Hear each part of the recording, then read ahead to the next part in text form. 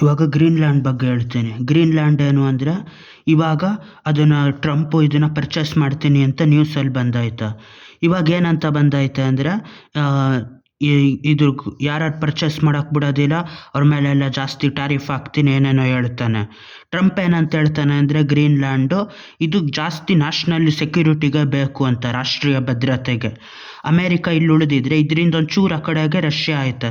ಇಲ್ಲೆಲ್ಲ ಹಡಗುಗಳು ಇದೆಲ್ಲ ನಿಲ್ಸಿದ್ರೆ ಬರ್ತಾ ಇರೋದನ್ನ ಮೊದಲೇ ಹೊಡೆದಾಕ್ಬಿಡ್ಬೋದು ರಷ್ಯಾದು. ಇಲ್ಲ ಅವ್ರು ಗ್ರೀನ್ಲ್ಯಾಂಡ್ ತಗೊಬಿಟ್ರೆ ಅವ್ರು ಅಮೇರಿಕಕ್ಕೆ ಹತ್ರ ಆಗೋಯ್ತಾರೆ ಇಲ್ಲಿ ತನಕ ತಂದ್ಬಿಟ್ಟು. ಹಂಗಾಗಿ ಇದನ್ನು ತಗೊಳಕ್ಕೆ ಹೇಳ್ತಾವನ. ಗ್ರೀನ್ಲ್ಯಾಂಡ್ ಯಾವುದು ಅಂದರೆ ಡೆನ್ಮಾರ್ಕ್ ಭಾಗ ಆಗೈತೆ, ಆದರೂ ಅದು ಸ್ವಂತ ದೇಶದ ಥರ ಐತೆ, ಸ್ವಂತ ಅದಾಗದೆ ನಡೀತಾ ಹೋಯ್ತದ. ಕಾಶ್ಮೀರದಲ್ಲಿ ಆಗಿತ್ತಲ್ಲ ಅದಕ್ಕಿಂತ ಇನ್ನೂ ಜಾಸ್ತಿ ಸ್ವತಂತ್ರವಾಗಿರೋದು ಇದು. ಗ್ರೀನ್ಲ್ಯಾಂಡು ಎಷ್ಟು ಪೂರ್ತಿ ಸ್ವತಂತ್ರ ಥರ ಇರ್ತದ, ಮೇಯ್ನು ಡೆನ್ಮಾರ್ಕ್ ದೇಶದ ಕೆಳಗಡೆ ಬಂದಿರ್ತದೆ. ಆದರೆ ಅವ್ರು ಇಲ್ಲಿ ಬರೋದು, ಇಲ್ಲಿ ಲ್ಯಾಂಡ್ ಪರ್ಚೇಸ್ ಮಾಡೋದು, ಪೂರ್ತಿ ಫ್ರೀಯಾಗಿ ಓಡಾಡೋದು ಮಾಡೋಂಗಿಲ್ಲ. ಅವ್ರದ್ದು ಒಂದು ಸ್ವಂತ ಕಾನೂನು, ಅವ್ರದ್ದೇ ಸ್ವಂತ ಪ್ರಧಾನಿ ಇರ್ತಾರೆ ಅಲ್ಲಿ ಗ್ರೀನ್ಲ್ಯಾಂಡಲ್ಲಿ. ನ್ಯೂಕ್ ಅನ್ನೋದು ಗ್ರೀನ್ಲ್ಯಾಂಡ್ ರಾಜಧಾನಿ ಅದು. ಇದನ್ನು ಅರೆ ಸ್ವಾಯತ್ತ ಪ್ರದೇಶ ಅಂತ ಕರೀತಾರೆ, ಡೆನ್ಮಾರ್ಕ್ ಭಾಗ ಆಗಿದ್ರು. ಗ್ರೀನ್ಲ್ಯಾಂಡ್ ಏನು ಅಂದರೆ ಯುರೋಪಿಯನ್ ಯೂನಿಯನ್ಗೆ ಸೇರಿಲ್ಲ. ಯುರೋಪಿಯನ್ ಯೂನಿಯನ್ಗೆ ಸೇರಿರೋದು ಯಾವ್ಯಾವುದು?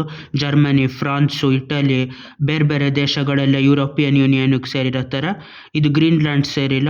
ಯುನೈಟೆಡ್ ಕಿಂಗ್ಡಮು ಸೇರಿಲ್ಲ. ಯುನೈಟೆಡ್ ಕಿಂಗ್ಡಮ್ ಅಂದರೆ ಇಂಗ್ಲೆಂಡು, ಸ್ಕಾಟ್ಲ್ಯಾಂಡು, ವೇಲ್ಸು, ನಾರ್ದರ್ನ್ ಐಲ್ಯಾಂಡು ಮುಂಚೆ ಸೇರಿತ್ತು, ಅದರಿಂದ ಆಚೆ ಬಂದಾಯ್ತು ಅದು. ಯುರೋಪಿಯನ್ ಯೂನಿಯನ್ಗೆ ಅದು ಸೇರಿಲ್ಲ. ಅದೇ ಥರ ಉತ್ತರ ಅಟ್ಲಾಂಟಿಕ್ ಸಾಗರ ಅಂದರೆ ಅಟ್ಲಾಂಟಿಕ್ ಸಾಗರ ಇಲ್ಲಿ ಬಂದಿರ್ತದೆ. ಅಮೇರಿಕ ಮತ್ತು ಯುರೋಪ್, ಆಫ್ರಿಕಾದ ಮಧ್ಯೆ ಇರೋದು ಅಟ್ಲಾಂಟಿಕ್ ಸಾಗರ. ಹಿಂಗೆ ಬಂದು ಹಿಂಗೆ ಉತ್ತರ ಅಟ್ಲಾಂಟಿಕ್, ದಕ್ಷಿಣ ಅಟ್ಲಾಂಟಿಕ್ ಅಂತಿರ್ತದೆ. ಉತ್ತರ ಅಟ್ಲಾಂಟಿಕ್ ಸಾಗರದಲ್ಲಿ ಆ ದ್ವೀಪ ಆಯ್ತು. ಇದು ವಿಶ್ವದಲ್ಲಿ ಅತಿ ದೊಡ್ಡ ದ್ವೀಪ. ಆಸ್ಟ್ರೇಲಿಯಾ ಒಂದು ದೊಡ್ಡ ದೇಶ ಆಯಿತು ಕಂಡು ಥರ ಲೆಕ್ಕ, ಇದು ದ್ವೀಪದಲ್ಲಿ ಅತಿ ದೊಡ್ಡದು.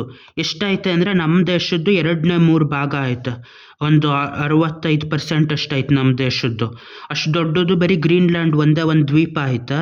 ಅದೇ ಥರ ಏನಾಗೈತೆ, ಅತಿ ದೊಡ್ಡ ದ್ವೀಪ. ಮತ್ತು ಕೆನಡಾದು ಎಲ್ಲೆಸ್ಮೀರ್ ದ್ವೀಪದಿಂದ 16 ಮೈಲಿ ದೂರ ಅಷ್ಟೆ.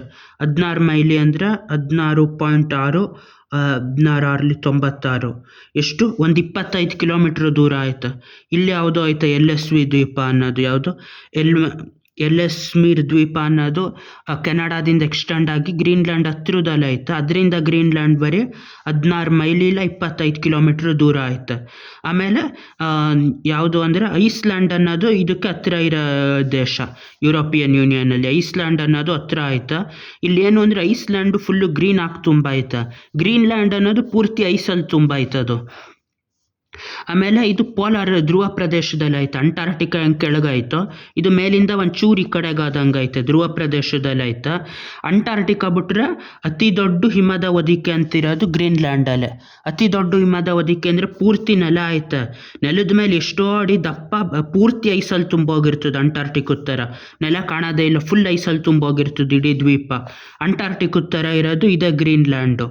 ಆಮೇಲೆ ಇದರಲ್ಲಿ ಚಳಿಗಾಲದಲ್ಲಿ -50 ಡಿಗ್ರಿ ಸೆಲ್ಸಿಯಸ್ ತನಕ ಹೋಯ್ತದೆ.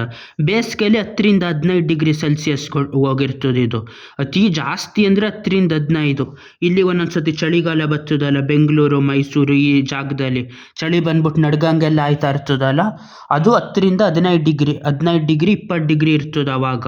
ಅದು ತೀರಾ ಬೇಸಿಗೆಯಲ್ಲಿ ಅಲ್ಲಿ ಅಷ್ಟಿರ್ತದೆ, 10ರಿಂದ 15 ಡಿಗ್ರಿ. ಅದೇ ಥರ ಇದರಲ್ಲಿ ಜಾಸ್ತಿ ಕಡಿಮೆ ಅಂತಿರೋದೆಷ್ಟು ಅಲ್ಲಿ -50 ಡಿಗ್ರಿ. ಚಳಿಗಾಲದಲ್ಲಿ -50 ತನಕ ಹೋಯ್ತದೆ. ಪೂರ್ತಿ ಹಿಂಗೆ ಸೇಬ್ನ ಹಿಂಗೆ ಎಸಿದ್ರೆ ಹಿಂಗೆ ಕಲ್ಲಾಗೋಯ್ತದೆ. ನೀರು ಹಿಂಗೆ ಎರ್ಚಿದ್ರೆ ನೆಲಕ್ಕೆ ಬೀಳೋಷ್ಟರೊಳಗಡೆ ಐಸ್ ಆಗೋಯ್ತದೆ, ಅಷ್ಟು ಕೋಲ್ಡ್ ಇರ್ತದೆ ಅದು. ಆಮೇಲೆ ಬೇಸಿಗೆಯಲ್ಲಿ 24 ಗಂಟೆನೂ ಸೂರ್ಯನ ಬೆಳಕು ಇರ್ತದೆ. 24 ಗಂಟೆ ಹೆಂಗಿರ್ತದೆ ಅಂದರೆ ಬೇರೆ ಥರ ಮೂಮೆಂಟ್ ಆಯ್ತಾ ಇರ್ತದೆ. ಆ ಒಂದು ದ್ವೀಪದಲ್ಲಿ ಹಿಂಗೆ ಎಷ್ಟೇ ಸುತ್ತುತ್ತಾ ಇದ್ರು ಅದು ಅಲ್ಲೇ ಉಳಿದಿರೋದ್ರಿಂದ ಭೂಮಿ ಸುತ್ತೋದು.